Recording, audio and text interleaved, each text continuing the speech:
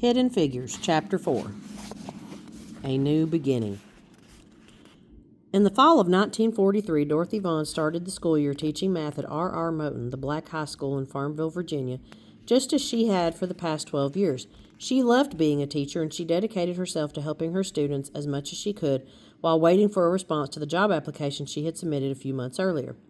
Dorothy had plenty to keep her busy. The high school had been built for 180 students, but more than 300 now squeezed into the classrooms. She taught algebra in the school's overcrowded auditorium, with 2 other classes taking place in the same space. After school, she tutored students who needed more help and spent time working with the school's Parent-Teacher Association. Outside of school, Dorothy was a founding board member of the Farmville chapter of the NAACP, the National Association for the Advancement of Colored People, a civil rights group. What can we do to win the war? World War II was never far from anyone's mind.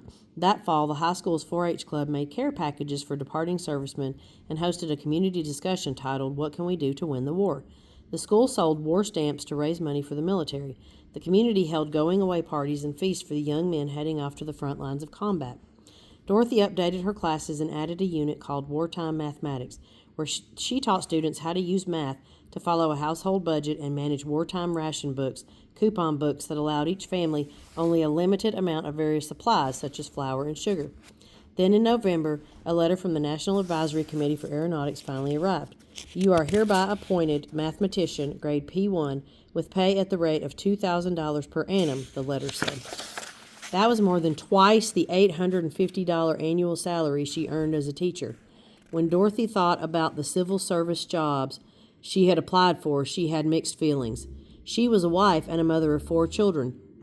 The job at the Langley Laboratory was a full-time position 6 days a week. If she accepted the job, she would have to move 4 hours away from her children, and she'd only be able to come back home to see them on holidays. But Dorothy knew this was a very good job, one that would allow her to help her family, so she accepted. She shared the news with her family and friends. Her students were sad to see their teacher, Miss Vaughan, leave the school. The townspeople found out about Dorothy's decision when they read a notice in the Farmville section of the Norfolk Journal and Guide. It read, "Mrs. D.J. Vaughan, instructor in mathematics at the high school for several years, has accepted a position at Langley Field, Virginia."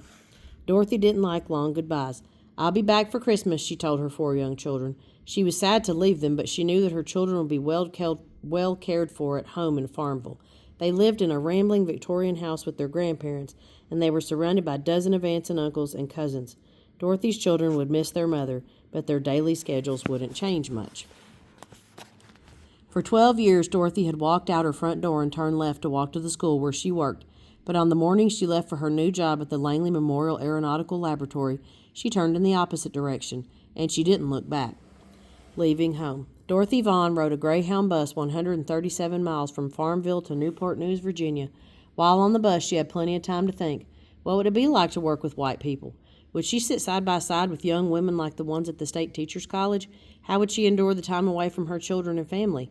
Mile after mile, Dorothy watched the gentle hills rising and falling outside her window. She refused to feel any self-doubt. Her country needed her, and she was ready and eager to do her part to support the war effort and her family.